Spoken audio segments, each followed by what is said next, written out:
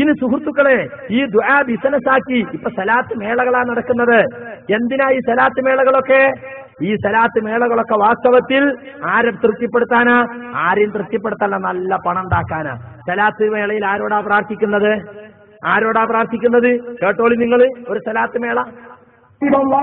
അവിടുത്തേക്ക് ഞങ്ങളെ കരത്തുയർത്തിയിരിക്കുന്നു നബിയേ, ഞങ്ങളെ സ്വീകരിക്കണേ റസൂലല്ലാഹ്, ഞങ്ങളെ എടുക്കണേ നബിയേ. ഇവിടുത്തെ മജ്‌ലിസ് അവിടുത്തേക്കുള്ളതാണ് യാ റസൂലല്ലാഹ്. ഞങ്ങൾ ചെല്ലിയ ഓരോ വരികളും അവിടുന്ന് ആസ്വദിച്ചിട്ടുണ്ടല്ലോ നബിയേ. ഞങ്ങളെ തവയല്ല യാ റസൂലല്ലാഹ്, യാ ഹബീബല്ലാഹ് വയാ റഹ്മത്തൽ ലിൽ ആലമീൻ. ഈ മജ്‌ലിസിൽ പങ്കെടുത്ത ഏതെല്ലാം സഹോദരിമാർ, ഏതെല്ലാം സഹോദരന്മാർ അവിടുത്തെ മഹബ്ബത്ത് ഉദ്ദേശിച്ചുകൊണ്ട് ഇവിടുത്തെ സദസ്സിലേക്ക് നേർച്ചകളും സംഭാവനകളും സ്വർണ്ണാഭരണങ്ങൾ നൽകിയ ആരെല്ലാം സ്ത്രീകളുണ്ട്, അവരോരോരുത്തരും അവിടുത്തെ അറിയാമല്ല നബിയേ. അവരെ ചെടിക്കലേ റസൂലല്ലാഹ്, വെറുതെയാക്കല്ല നബിയേ. അവരെ കൽബിന്റെ ഉള്ളിലുള്ള ആഗ്രഹങ്ങൾ അവിടുന്ന് പൂർത്തീകരിച്ചു കൊടുക്കലേ നബിയേ. അതല്ലാതെ അവർക്ക് മോശമായ രൂപത്തിലുള്ള സയ്യിദായ റസൂലല്ലാഹ് അത്ര രൂപത്തിലുള്ള ഒരു ജീവിതമോ ഒരു വീട് കുടുംബമോ നീ കൊടുക്കല്ലുള്ളത്. സന്തോഷമുള്ള ജീവിതവും കുടുംബവും മക്കളെയും നീ കൊടുക്കലേ യാ സയ്യിദായ റസൂലല്ലാഹ് വയാ ഹബീബല്ലാഹ്. കണ്ടോ ആരോടാ പ്രാർത്ഥിക്കണത്? ഞങ്ങളല്ലാത്തവനോട് തേടലൊന്നുമില്ല. ഞങ്ങൾ മഹാന്മാരെ ഹക്ക് ജാഹ് ബർക്കത്തുകൊണ്ട് അള്ളാഹിനോട് തേടിയല്ലാതെ നബിയെ എന്നൊന്നും വിളിച്ച് ഞങ്ങൾ തേർക്കലില്ല. അത് നിങ്ങൾ വഹാബികൾ ആരോപിക്കുന്നതാണ്.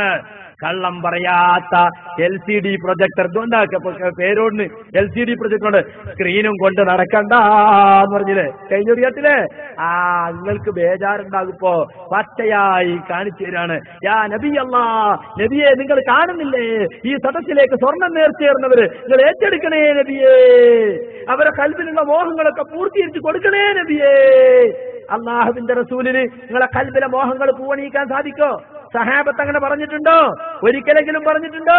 അള്ളാഹുവിന്റെ റസൂലെ ഞങ്ങൾ ഏറ്റെടുക്കണേ എന്ന് പറഞ്ഞിട്ടുണ്ടോ? സുഹൃത്തുക്കളെ, ബർസഖി ലോകത്തുള്ള റസൂല് ഇവിടെ നടക്കുന്ന കാര്യങ്ങൾ കാണുന്നില്ല. ഈ സലാത്ത് നഗറെങ്ങാനും റസൂല് കണ്ടിട്ടുണ്ടെങ്കിൽ അള്ളാഹുവിന്റെ റസൂൽ സന്തോഷിക്കുകയല്ല ചെയ്യുക. നിങ്ങൾ കണ്ടില്ലേ എന്താണ് ഇബാദത്തിന് മുൻഗാമികൾ നൽകിയ നിർവചനം? അങ്ങേയറ്റത്തെ വിനയത്തിന്റെയും താഴ്മയുടെയും പ്രകടനം. ഇതിനേക്കാളും വലിയൊരു വിനയം താഴ്മയുണ്ടോ? അയാളെ ശബ്ദമിടറുകയാണ്, അയാളെ കണ്ണുകൾ ഇങ്ങനെ നിറയുകയാണ്, അയാളെ ശബ്ദത്തിൽ എന്തൊരു ഭക്തിയാണ്. അള്ളാഹിനോട് പ്രാർത്ഥിക്കുമ്പോൾ കൂടി ഇത്ര ഭക്തി ഉണ്ടാവില്ല. അതിനേക്കാളും ഭക്തിയുടെയും വിനയത്തിന്റെയും താഴ്മയുടെയും പ്രകടനം. ഇത് റസൂലുള്ളാഹിക്കുള്ള ഇബാദത്തല്ലേ? ഇതാ ഞങ്ങൾ എതിർക്കുന്നത്. ഇത് എതിർക്കുന്നത് കൊണ്ട് റസൂലുള്ളാഹിനോട് ഞങ്ങൾക്ക് സ്നേഹമില്ല എന്നാണോ നിങ്ങൾ പറയുന്നത്? എങ്കിൽ നിങ്ങൾക്കത് പറയാം. ഇത് ശുദ്ധ ശിർക്കാണ്. സലാത്ത് മേളകൾ, സലാത്ത് മജ്‌ലിസുകൾ അത് ഹറാമിന്റെ ചന്തകളാണ്, ശിർക്കിന്റെ ചന്തകളാണ് എന്ന് പറയാൻ ഞങ്ങൾ മാത്രമേ ഈ നാട്ടിലുള്ളൂ.